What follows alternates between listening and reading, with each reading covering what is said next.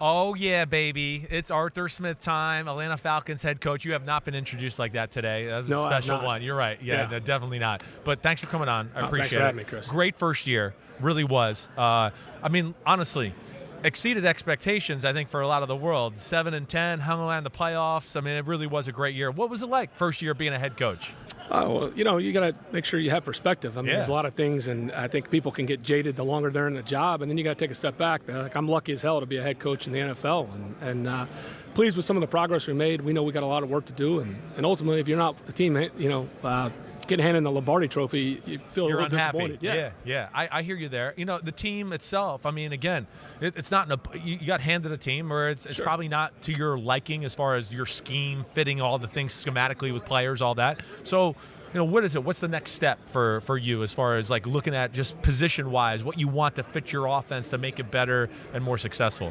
Yeah, there's a lot that goes into it. Yeah. Obviously, we want to continue to improve. You want to ultimately, if your objective is not to build a championship roster, I don't know what you're doing. You're just trying to survive year to year. But we want to build, and then in the short term, we're not going to make excuses. Everybody's got a different set of obstacles, and certainly ours are different, but there's no perfect roster. Yeah. And our objective every week is to win, and that's not going to change as long as I'm coaching the team. Yeah, I mean, are you going to be more of are we still going to try to go down the Tennessee Titans path of finding like a clear number one running back superstar and try to go that way? Is that a formula you envision, or are you willing to kind of do whatever you got to do? Well, you got to do whatever you got to do. Yeah. I mean, you go back, and there's always a lot of revisionist history when people have success, and certainly if there's a player of that caliber that we could take it, and it turns out like that'd be great. But if it's not, then you've got to adapt. Yeah. So like you talk, you meteorize. I mean, as far as your coaching career, it really is. Tight ends coach, offensive coordinator 2 years, head coach, kicking butt with the Falcons. Now, tell us, like, as a head coach, some of the things that maybe you didn't expect you might have to deal with, or some of the things that were different that nobody really ever told you or warned you about. Well, you try to go into it, and you need mentors in this business, and certainly I've got some great mentors and people you talk to, and it's like any new job, probably no different than your freshman year and your rookie year, and you think you're prepared, and then things come across your desk every day, and it tests you and say, hey, are you really about what you preach to the team, and how do you handle adversity? And we were certainly challenged. Some unique things came up, and I was proud of our guys. I mean, they're resilient. We don't make excuses, and we battled. You really did. Your quarterback, I mean, damn, he's still good. Yes, he really is. I mean, you made a comment at the end of the year. You still look at him as like one of the elite or a superstar quarterback. He's right there. He's amazing. Talk to us about Matt Ryan. What makes the guy who he is and such an awesome quarterback? Well, I think Matt's a unique player. I mean, he's a guy that's, I guess now that Ben and Tom have retired. I mean, he's got the most yards of any active quarterback in the league. Right. He's consistent. He's the same guy every day. He's extremely coachable. I love working with him. I mean, we see the game very similar. He's got a great mindset, and he still can be a very productive player. Are you open up the line of communication with your quarterback? I mean, Absolutely. you guys, he gets a lot of talk. You guys talk about the game plan throughout the week, plays he likes. There's a lot of dialogue there. There's a ton of dialogue between Matt, myself, and Dave Ragone. And it was no different than in Tennessee.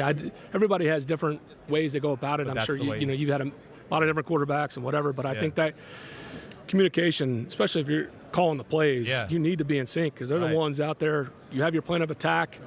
And Matt's earned that, And some guys want it, some guys may want to micromanage, and it's certainly a collaborative effort. Does he get it? Like, he's been around some good offensive minds himself. Do you steal ideas from Matt Ryan? Do you go, damn, I never did this, or you do? You don't care? Okay. No, it's like it's part of the job. I know. Maybe it's me being an old lineman or whatever, but I don't have some huge ego. I don't think I'm some guru. Right. We're just trying to find an edge and get better, and we'll take good ideas anywhere. Yeah, well, watch out. You're becoming a guru, so I don't know. You might be stuck there. All right, you're a freak of nature tight end. Have you ever seen anything like this guy? Like, can you compare anybody you've seen in the history of your life in the NFL, college, wherever, that compares to Kyle Pitts and the specimen he is? That's a tough one. I'm not a huge comparison guy. Yeah. He's just a different athlete. Right. He's got so much length. I guess I'll get a comparison out of it. I'm a huge basketball fan. Yeah. I kind of saw this, and maybe my mind's a little warped, but I was like, hey, he reminds me of Anthony Davis. He's a guy that can protect the rim, he can stretch the floor, and that's kind of how Kyle's game is. And he's willing, he's a great teammate, all those things we're looking for. Yeah, I mean, the size, the speed, I mean, you can split him out a receiver. I just that's what's crazy to me. It's almost like he's almost like Calvin Johnson, except he can block to a degree. Well, yeah, when one thing, when you're on the sideline and he lines up there and split out, sometimes it's not a fair fight. Right. And that's a good thing for us. Yeah, definitely. All right, so you got any more voodoo tricks in your bag here? I mean, let's see. We got Brady out of the division. You got Drew Brees 2 years ago. He's gone. Okay. You got Sean Payton now. You know, I mean, you got to kind of work with your magic here. Who do you know? I don't know. Because I know this. We still got to block that front of New Orleans. That defense is as good as anybody. They got good players everywhere. Still got to stop Kamara. Right. You know, Carolina's got a good young team. That defense is as good as anybody. And we still got to block Vita Vea, and they got a good staff. So until we can block Vita Vea consistently, we got certainly enough obstacles to overcome. Yeah, no doubt about it. Arthur, I'm not going to take any more of your time. You're the man. I appreciate it. Arthur Smith, Atlanta Falcons, going in the right direction. He's kicking butt, and he's slowly becoming a guru. So get ready for it. Hi, I'm Mike Tirico, and thanks for watching. Make sure to hit subscribe for the latest news and highlights from NBC Sports.